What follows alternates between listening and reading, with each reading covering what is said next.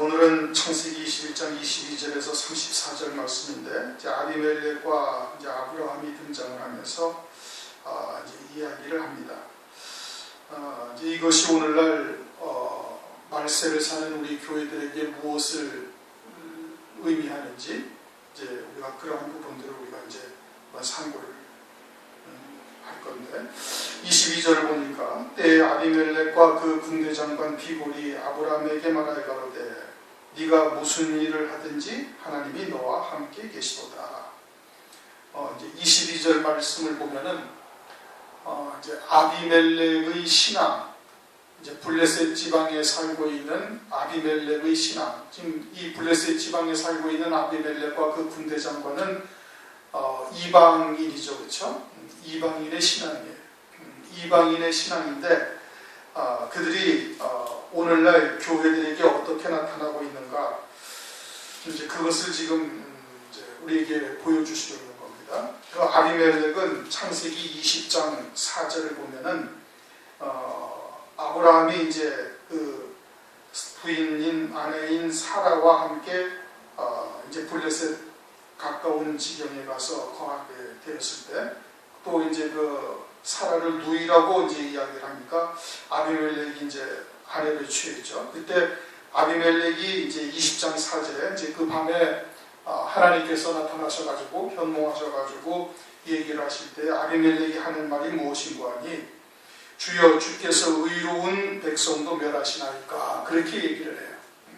그러니까 아비멜렉은 스스로 하나님 앞에 자기는 의롭다고 생각을 하고 있는 사람이다 말씀에, 그러니까 하나님의 말씀을 잘 지켜 행함으로 자기는 의로운 사람이다. 그러니까 그 하나님의 말씀을 지켜 행하는 그와 같은 사람의 의, 또 자기의 의로 살고 있는 아비멜렉인 것을 말하고 있는 겁니다. 블레셋 땅에 살고 있는 이방인이죠. 오늘날 예수 안에서도 이와 같은 신앙이 이방인의 신앙이라는 것을 오늘 우리에게 계시해 주고 있는 거예요. 그런데 그 이방인의 신앙인데도 불구하고 아비멜렉이 그 창세기 20장 4절에 뭐라고 그랬어요? 주께서 의로운 백성도 멸하시나니까, 이방인임에도 불구하고 자신들이 하나님의 말씀을 잘 지켜 행하고 있다, 이런 뜻인 겁니다. 그게 신앙의 주체가 누가 되고 있어요? 내가 되고져 있는 거예요. 육신의 자기가 하나님의 말씀을 잘 지켜 행하여서 자기는 말씀을 잘 지켜 행해서 하나님 앞에 죄된 것이 없었다 이거예요. 의롭다 이거예요. 어떻게 주께서 의로운 백성도 멸하실 수가 있나니까 하고 창세기 20장에 얘기했던 그 아비멜렉이에요. 그러니까 아비멜렉은 지금 이방인의 신앙인데, 그 이방인의 신앙을 지금 자기의 의, 사람의 의 또는 사람의 계명으로 살고 있는 자인 것을 우리에게 지금 계시를 해주고 있는 것이고, 그들은 할례받지 아니한, 세례받지 아니한 자기로, 옛사람으로 신앙생활을 하고 있는 거예요. 내가 말씀을 지켜 행함으로 의롭다라고 스스로 생각을 하고 있는 거예요. 오늘날로 얘기하면은 바리새적 신앙과 마찬가지다 이겁니다. 예수님 당시에 바리새인의 신앙도 마찬가지. 그런데 그들은 어떻게 생각을 하냐면 아브라함이 하고자 하는 일마다 하나님께서 늘 함께 하셔서 형통하게 하고 있다, 이렇게 지금 말하고 있는 거예요. 내가 무슨 일을 하든지 하나님이 너와 함께 계시도다. 그러니까 아브라함이 하고자 하는 일을 하나님께서 다 이루어가고 계신다 이겁니다. 형통하다 이거예요. 육신의 시각으로 바라보니 세상에서 잘 되고 그가 하려고 하는 일마다 다 형통한 거예요. 하나님이 너와 함께 하시는구나 라고 지금 이야기를 하고 있는 거예요. 그들의 시각으로서는, 다시 말하면은 육으로 사는 사람의 시각으로서는 하나님이 함께 하시는 여부를 어떻게 판단을 해요? 육신으로 하고자 하는 일들이 형통하게 되어질 때 하나님이 너에게 함께 하시고 하나님이 네게 응답하시고 하나님이 네 편이로구나, 네가 하고자 하는 일마다 하나님께서 다 응답을 하시고 형통케 하시는구나 라고 생각을 하고 있다, 이 뜻인 겁니다. 무슨 얘기인지 이해가 되셔요? 그런데 실상은 아브라함이 자기의 뜻을, 하나님을 향한 자기의 뜻을 이루고 있는 것이에요? 아니면 하나님의 뜻을 깨닫고 하나님의 뜻을 쫓아 믿음으로 살고 있는 거예요? 후자가 맞는 것이죠. 하나님께서 아브라함에게 가나안 땅으로 내가 내게 지시할 땅으로 가라 해서 그 말씀을 믿고 하나님을 쫓아온 것이지 자기가 하나님을 향해서 이렇게 하겠다 저렇게 하겠다 한 것이 아니다 이겁니다. 믿음이라는 것은 뭐예요? 믿음이라는 것은 나는 예수와 함께 죽고 이제 그리스도 안에서 새 생명으로 하나님의 말씀을 믿는 믿음으로 사는 것, 그것이 믿음으로 사는 것이지 하나님께 은혜를 받았다 해서 내가 하나님을 향하여 이렇게 저렇게 하겠노라고 계획을 하고 또 그와 같은 의지를 갖고 하나님께 기도하고 그래서 거기에 하나님이 응답을 하셔서 하는 그런 하나님이 아니다. 아브라함을 뒤쫓아가면서 아브라함이 하고자 하는 일들을 갖다가 하나님께서 형통케 하시는 이러한 하나님이 아니시다 이거예요. 그런데 아비멜렉은 그렇게 알고 있는 거예요. 왜? 육으로 살고 있기 때문에 그러는 겁니다. 육신의 시각으로 바라보기 때문에 그렇게 보는 거예요. 아브라함은 믿음의 사람이지 육으로 사는 사람이 아니죠. 그러니까 아브라함이 믿음으로 산다는 것은 뭘 말하는 거예요? 자기의 옛사람은 예수와 함께 이미 다 죽은 자리기 할례 받은 자잖아요. 그렇죠? 할례가 오늘날로 뭐예요? 그리스도의 안에서 그리스도의 이름으로 세례를 받는 거거든요. 그러니까 아브라함은 이미 세례 받은 자다. 그리스도 안에서 새 피조물로서 새 생명으로 살고 있는 자예요. 그리고서는 하나님께서 아브라함에게 하나님의 뜻을 알려주시고 아브라함은 그 뜻을 쫓아 믿음으로 살아가고 있는 그와 같은 존재. 하나님의 뜻을 깨닫고 있으니 하나님께서 그 뜻을 아브라함을 통해서 이루어가고 계시다 이겁니다. 그런데 육에 속한 사람이 바라보기에는 아브라함이 하고자 하는 일마다 다 형통하게 하나님께서 이루어가고 계시구나 라고 생각을 하고 있는 거예요. 전혀 반대로 생각을 하고 있는 거다 이겁니다. 그러니까 육으로 사는 사람이 바라보는 시각하고 영으로 사는 사람이 세상을 바라보는 시각하고 전혀 다른 거예요. 전혀 다른 거예요.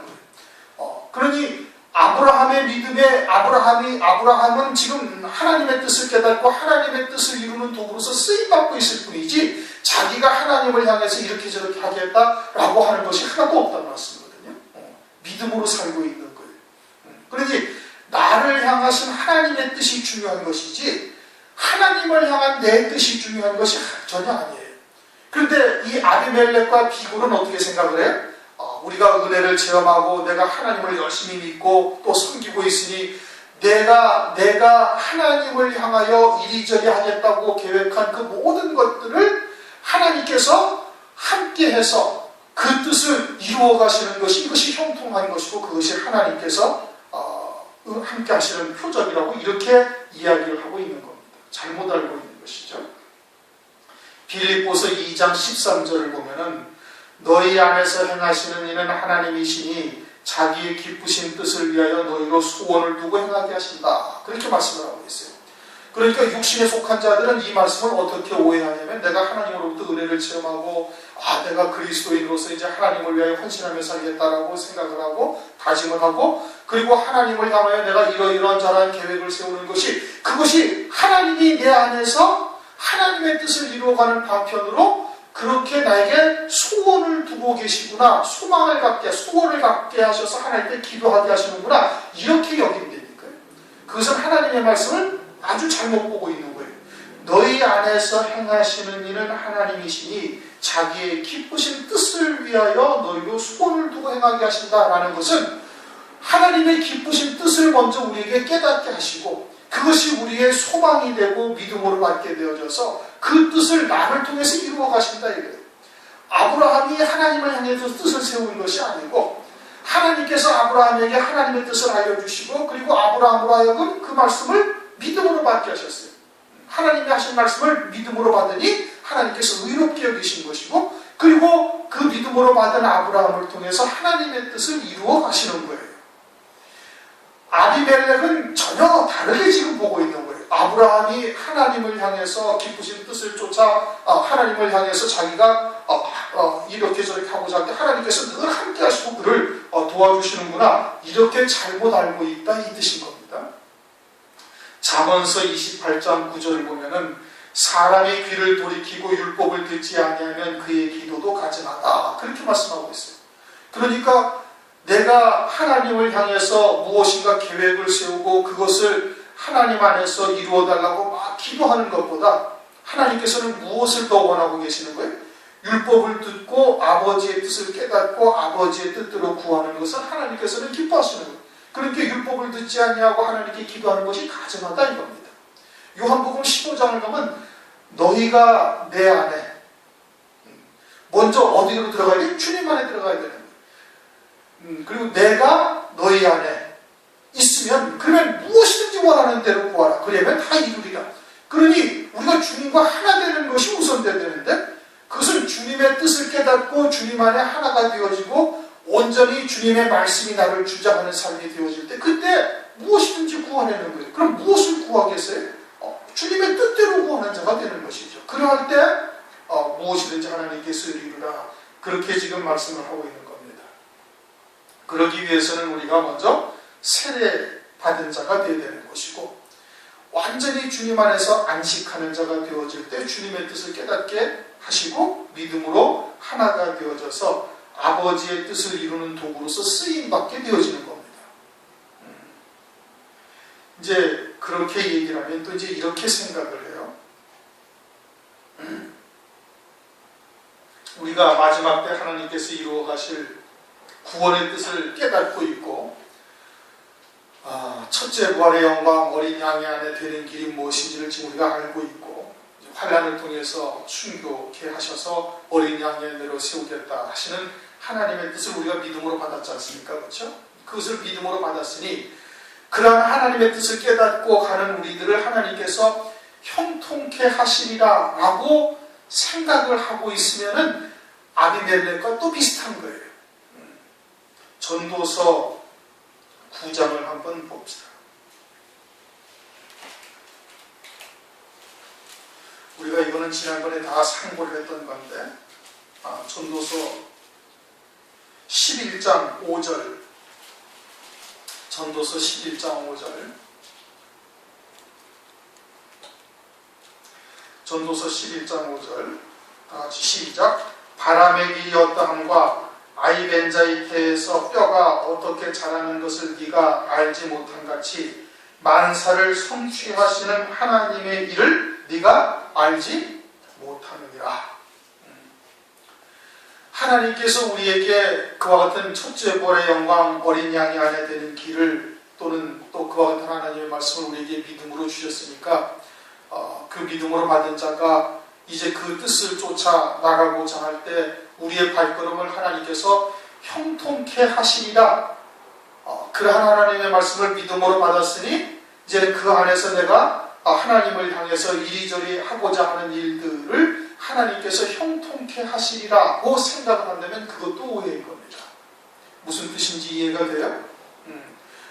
아이 된 자의 태에서 아이의 뼈가 어떻게 형성이 되는 것을 너희가 알지 못하듯이 하나님께서 하나님의 뜻을 우리를 통해서 성취하는 길을 우리는 깨달을 수가 없는 거예요. 그러니까 범사에를 어떻게 하라? 감사하라 이거예요. 내게 다가오는 모든 것이 그와 같은 것을 믿음으로 받게 하셨으면 그 아버지의 뜻을 이루어가는 방편으로 우리에게 다 역사하시고 있다는 사실을 인정하고 받아들여야 되는 거예요. 우리가 첫째 부활의 영광 마지막 때 이루실 구원의 세계를 우리가 깨달았다 해서 이제는 우리가 그렇게 믿음으로 살겠노라고 다짐하고 나간다 해서 우리의 발걸음을 하나님께서 그냥 즉각 형통하게 하시고 모든 일이 내가 생각한 대로 계획한 대로 막 이루어질 수가 있다고 생각한다면 그것도 또한 육에 속한 신앙이기 때문에 그러는 거예요.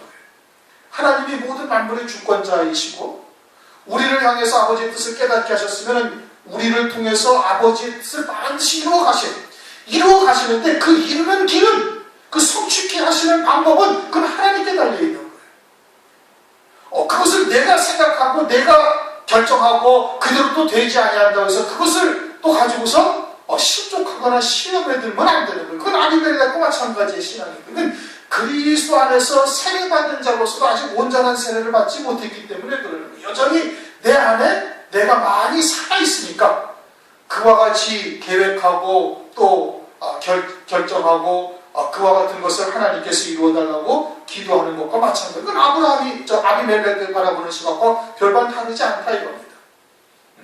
그 뜻을 이루어 가시는 하나님의 길을 우리는 헤아릴 수가 없는 거예요. 천지와 만물을 지으시고 온 세상에 있는 교회들을 하나님께서 섭리하시고 이끌어가지 않습니까? 그러니까 그 가운데 하나님께서 어떻게 성취하실지 알 수가 없죠. 바람의 길을 여러분 압니까? 모르잖아요. 하나님께서 다 이루어 가시는 거다.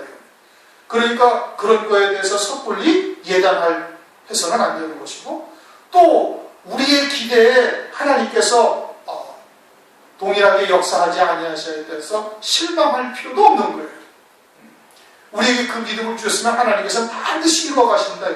그러니까 아비멜렉처럼 네가 하나님이 너와 함께 하시는구나. 어떻게 알아요? 함께 하신다는 것은 아비멜렉의 신앙에서는 세상의 일이 형통하게 되어지니까 하나님이 함께 하신다고 생각을 하고 있는 거예요. 그게 아니지. 아브라함은 지금 연단의 과정을 지금 겪고 있는 거거든요. 가나안 땅에 와가지고 막 애국 땅에도 내려갔다가 또는 여러 가지 실수도 했다가 하면서 연단의 과정을 겪고 있는 것이지 아비멜렉이 보는 것처럼 형통한 것이지 아니에요. 그러니까 우리들도 그렇게 생각을 해서는 아니 된다. 그러니까 범사에 감사하고 모든 것을 다 믿음으로 받을 수 있는 자가 되어야 되는 겁니다. 23절 그런즉 너는 나와 내 아들과 내 손자에게 거짓되이 행치 않기를 여기서 하나님을 가리켜 맹세하라. 내가 네게 후대한 대로 너도 나와 너의 몸으로 이 땅에 행할 것이라. 아브라함이 가로되 내가 맹세하라. 아비멜렉의 시각에서 바라보니까 아브라함이 하고자 하는 대로 하나님께서 함께 하셔서 형통케 하시니 앞으로 아브라함과 그 자손들이 아주 강성한 부강한 그와 같은 족속이 될 것을 알고 있는 것이죠. 그리고는 자기 후손들에게 혹시 이 땅을 빼앗거나 혹은 뭐 강탈을 또 여러 가지 악을 행하거나 하지 않도록 미리 지금 이제 맹세를 이제 하자 이겁니다. 그래서 아브라함이 그래 하자. 25절 아브라함의 종들이 아비멜렉의 종들이 아브라함의 우물을 늑탈한 일에 대하여 아브라함이 아비멜렉을 책망하네. 아브라함이 판 우물을 그 아비멜렉의 종들이 늑탈했다 이겁니다. 당시에 광야에서 목축업을 하는 그러한 족속들에게 우물이라는 것은 엄청난 재산인 겁니다. 그 우물 때문에 싸움도 나고 전쟁도 나고 그러는 것인데 그러한 우물을 갖다가 아브라함이 팠던 것을 아비멜렉의 종들이 강제로 빼앗은 것이죠. 그것을 가지고 아비멜렉에게 책망을 하고 있는 겁니다. 그런데 그것은 성경에서는 표면적인 의미고 실제 우물이라는 것은 물을 먹는 것이죠. 그렇죠? 진리의 생수가 나오는 우물을 말하는 거예요. 그것이 아브라함이 받던 우물이다. 하나님으로부터 아브라함이 받은 생명의 말씀이요 영생에 이르게 하시는 하나님의 말씀을 말하는 것이죠. 아브라함이 판 우물이에요. 다시 말하면 하나님께서 주신 영생의 말씀을 먹고 있는데 그들이 늑탈해갔다 이겁니다. 늑탈해가서 그들은 사람의 계명으로 전락시켜버린 거예요.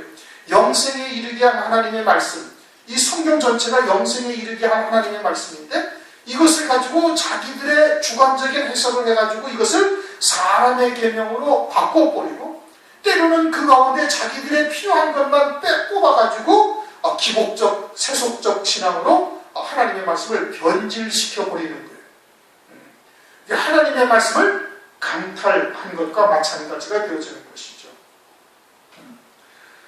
그러한 하나님의 말씀을 가지고 이들이 잘못 사용하고 있고 변개시켜서 엉뚱한 사람의 계명으로 만들어버린 것을 지금 말하고 있는 겁니다. 그것이 우물물을 늑탈했다. 26절 아비멜렉이 가로되 누가 그리하였는지 내가 알지 못하노라. 너도 내게 고하지 아니하였고 나도 듣지 못하였더니 오늘에야 들었노라. 아비멜렉이 자기는 전혀 모르는 일이라 들어보지도 못했다. 그 일에 대해서. 그러니까 오늘에야 이제 들었다라고 이야기하고 있는 겁니다. 인본적인 신앙이나 세속적인 신앙은 진리의 말씀을 아무리 들려줘도 깨닫지 못해 이미 화인 맞은 양심이 되어져 있으면 들려줘도 알지를 못하는 겁니다.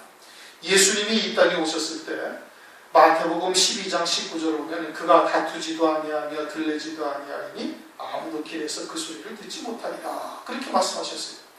하나님이 육신을 입고 자기 백성들에게 오셨는데 이스라엘 백성들이 영접지를 아니하는 거예요.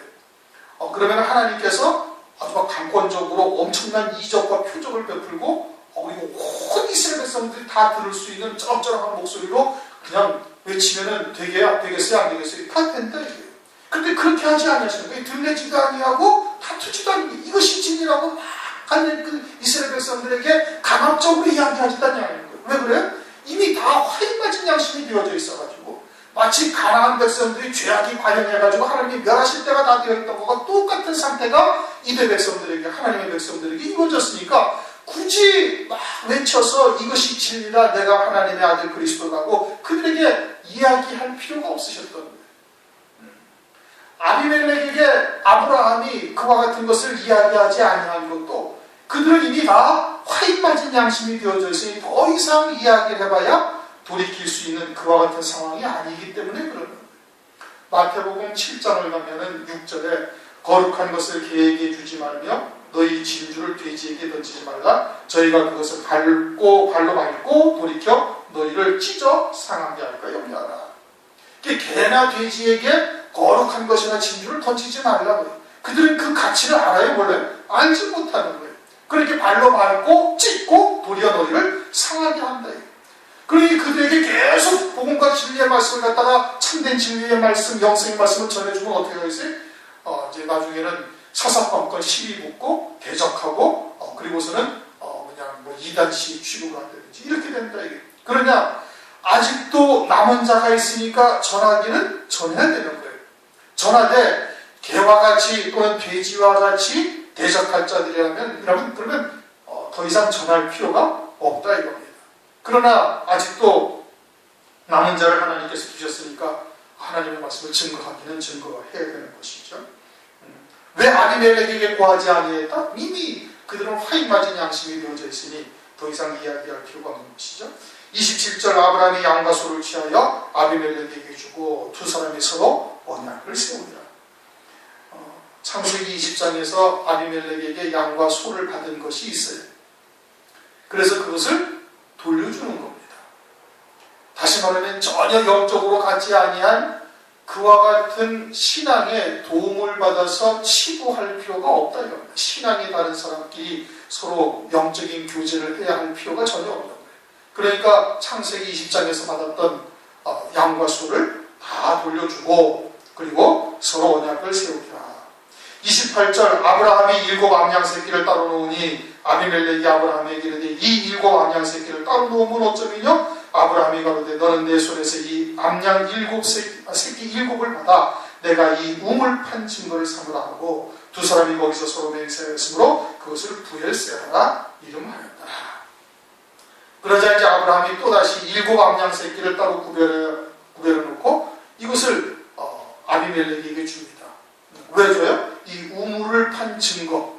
이 우물이 누구 우물이다? 내 우물이다 이거예요. 그리고 그 이름을 뭐라고 했다? 부엘세바라고 했다 이거예요. 부엘세바라는 것이 맹세의 우물이라는 뜻도 있고 세바라는 것이 일곱이라는 뜻도 또 있어요. 그래가지고 부엘세바라는 것은 일곱 우물이다라는 뜻과 같은 뜻을 또 갖고 있는 겁니다. 맹세의 우물 또는 일곱 우물이다 이거예요. 7 암양 새끼를 그 우물 판 증거로 아비멜렉에게 주고 그리고 그 우물이 아브라함의 우물이라는 것으로 서로 맹세하고 그리고서는 그 우물의 이름을 뭐라고 그랬어요? 7 우물이다 이렇게 이야기를 한 겁니다. 하나님의 세계는 창세기 에덴 동산으로부터 또 천지와 만물을 창조할 때로부터 요한계시록의 모든 만물이 종말을 맞을 때까지도 하나님에게는 현재의 일과 똑같은 겁니다. 우리만 어제가 있고 오늘이 있고 내일이 있는 것이지 하나님에게는 영원한 현재인 거예요. 그러니까 창세기 1장 1절부터 요한계시록 22장 마지막 절까지 하나님의 세계에서는 이미 다 이루어진 것과 다를 바가 없는 거예요. 영원한 현재를 살고 계시니까 그것이 3차원의 세계를 살고 있는 우리들에게는 잘 납득이 안 되고 이해가 되지 않지만 하나님은 영원한 현재를 살아계시는 거예요. 그러니까 하나님의 세계에서는 가죽옷을 지어 입히신 것이나 예수님이 이 땅에 오셔가지고 십자가에서 죽임당하셔서 죄값을 속죄하신 것이나 같은 사건이에요. 같은 현재의 사건이에요. 또 주님의 재림까지도 하나님의 세계에서는 다 동일하게 보고 있는 거예요.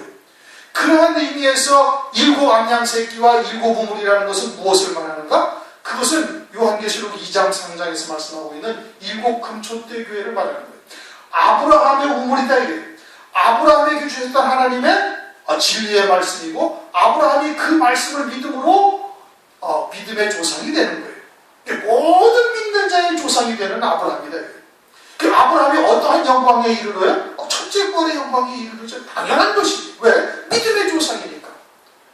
그러니 첫째 부활의 영광에 이르를 것은 당연한 것인데, 그런 아브라함의 믿음과 똑같은 믿음을 가진 자들로서 아브라함의 영광에 함께 참여하는 자들로 세우는 이 우물인 거예요. 그러한 진리의 말씀인 거예요.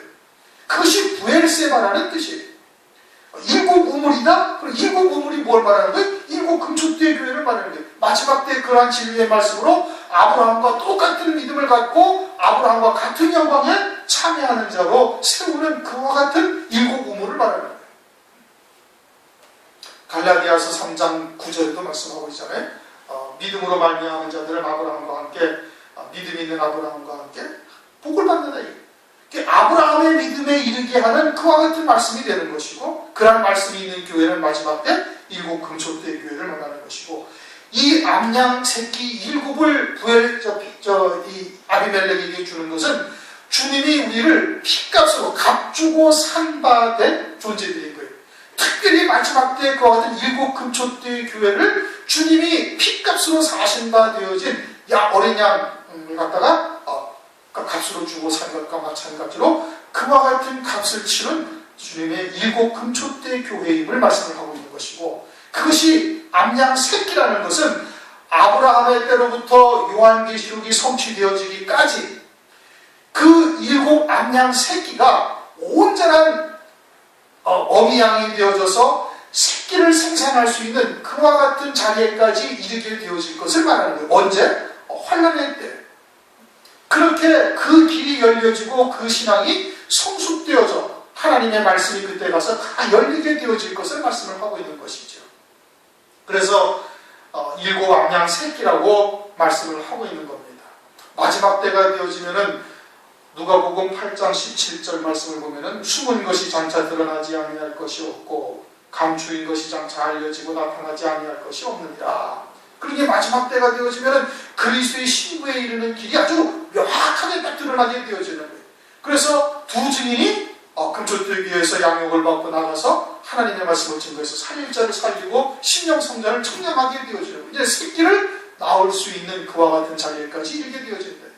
아브라함의 때는 그것이 새끼 암양과 같지만은 환난의 때가 되어지면 새끼를 낳을 수 있는 그와 같은 암양으로 성숙되어지고 그 길이 아주 명확하게 다 드러나게 되어질 것을 말씀하시기 위해서 암양 새끼 일곱을 받아서 내가 이 우물 판 증거를 삼아. 그 우물은 누구의 우물이다? 아브라함의 우물이다. 다시 말하면 아브라함과 같은 믿음의 자리에 이르게 하는 생수와 같은 진리의 말씀이 되어질 것을 말하는 것이고, 그것은 마지막 때 일곱 금초대 교회를 말하는 거예요. 일곱 금초대 교회를 통해서 그와 같은 믿음에 이르게 하실 뿐 아니라 일곱 영으로 역사하셔서 환난 가운데 예수의 증거와 하나님의 말씀을 인하여 순교케 하시는 그와 같은 교회. 그래서 첫째 부활의 영광, 어린 양의 은혜를 세우시는 그와 같은 영광에 참여할 수 있는 교회를 말씀을 하고 있는 것이죠. 32절 그들이 부엘세바에서 언약을 세우매 아비멜렉과 그 근대장관 비볼은 떠나 블레셋 족속의 땅으로 돌아가고, 거기서 어떤 물을 먹었어요? 부엘세바의 샘물을 먹은 거예요. 그럼에도 불구하고 깨닫지 못하고 어디로 가요? 블레셋 땅으로 돌아가고, 아브라함은 부엘세바에서 에셀나무를 심고, 에셀나무라는 것은 아브라함이 거기서 에셀나무를 심었다는 것은 아브라함이 처음에는 상수리 나무 아래서 하나님의 이름을 부르고 제사를 드렸죠. 여기서는 에셀나무를 심고 그 아래서 여호와 하나님을 불렀다는 것은 하나님께 제사를 드렸다, 예배를 드렸다 이것이죠. 에셀나무와 상수리 나무는 어떻게 다른가? 에셀나무는 땅속에 그 뿌리가 30m 이상을 뿌리를 내린다는 거예요. 그래서 아무리 가물고 비가 오지 아니하여도 항상 그 뿌리로부터 물기를 공급받아서 마르지 아니하는 거예요. 항상 푸른 나무가 된다. 그것은 무엇을 의미하는가? 이제는 아브라함의 신앙이 상수리 나무와 같이 여름철에는 푸르렀다가 겨울철에는 낙엽이 지고 하지만 항상하게 남는 이러한 신앙에서, 그러한 신앙에서 언제든지 푸르름을 자랑하면서 항상 열매 맺는 신앙으로 이제는 성숙된 믿음의 자리에 이르렀다라는 것을 뜻하고 있는 것입니다. 그러니 우리도 어떠한 환경 가운데서 환란의 뜨거운 바람이나 고난의 뜨거운 바람이 불지라도 그 깊숙이 내린 뿌리를 통해서 진리의 생수, 영생토록 솟아나는 생물을 먹는 자와 같이 되어져서 그러한 가운데 이파리가 마르거나 또는 말라 죽거나 하지 아니하는 항시 푸름을 자랑하는 그와 같은 에셀나무와 같은 신앙에 이르러야 할 것을 말씀을 하고 있는 것이죠. 그래서 에셀나무를 심고 영생하는 하나님 여호와의 이름을 불렀다 이겁니다.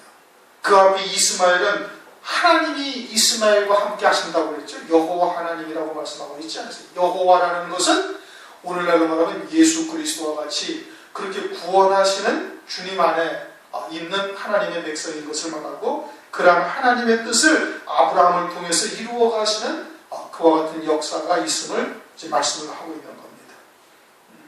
이스마엘에게는 21장 20절에 뭐라고 했어요? 하나님이 그와 아이와 함께 하신다라는 것은 그저 전능하신 하나님께서 천지와 만물을 하나님의 뜻을 이루기 위해서 그것이 주권자로서 계시는 그와 같은 하나님이신 것을 말하는 거예요. 여호와 하나님과는 이제 전혀 다른 의미로서 말씀하고 있는 겁니다. 그러니 아브라함이 브엘세바에 에셀나무를 심고 거기서 영생하시는 하나님 여호와의 이름을 불렀으며 우리들도 그와 같은 에셀나무와 같은 믿음의 자리에 있는지 아니면은 상수리와 같은 나무라서 그저 여름철에는 잎이 푸르지만은 겨울철 되면은 낙엽이 지고 가지만 앙상하게 남는 그와 같은 신앙은 아닌지 돌아보고 그리고는 아브라함처럼 에셀나무와 같은 믿음의 자리에 서야 할 것을 말씀을 하고 있는 겁니다. 34절 그가 블레셋 족속의 땅에서 여러 날을 지녔더라. 블레셋 족속의 땅이 이방 땅이죠. 거기에서 아브라함은 그 믿음을 지키며 끝까지 남은 자의 신앙으로서 이어져 가고 있는 거예요. 마찬가지로 마지막 환란의 때는 금초대 교회 주변에 그와 같은 이방 신앙인들만 그냥 있게 되어지죠. 노아의 때와 같아서 홍수물을 먹고 사는 자들로 온 세상이 다 그렇게 되어져 있을 때 그곳에서도 끝까지 믿음으로 견디는 겁니다. 그들이 세상에 복된 것들을 추구하며 그와 같은 것으로 응답받았다고 자랑할지라도 그러한 것에 흔들리지 아니하고 또는 어떤 인간 본연의 그런 인격이나 이런 것을 추구하는 철학이나 또는 그런 생활 교훈의 말씀을 가지고 대적하고 또는 비방하거나 조롱한다 할지라도 그런 것에 흔들리지 아니하고 그 신앙을 블레셋 땅과 같은 이방의 신앙 가운데서 꿋꿋하게 지켜 나가고 있는 아브라함인 것을 지금 말씀하시고 있는 거죠. 오늘날 우리들이 처해 있는 현실도 역시 마찬가지인 겁니다. 그러므로 그러한 것에 우리가 미혹당하거나 또는 실족하거나 하지 않냐고 끝까지 남은 자로서 에셀나무처럼 아주 땅속 깊이 뿌리를 내려서 어떠한 환경 가운데서도 흔들리지 아니하고 믿음을 지켜나가는 저와 여러분이 되시길 주님 이름으로 축원합니다. 우리 통성을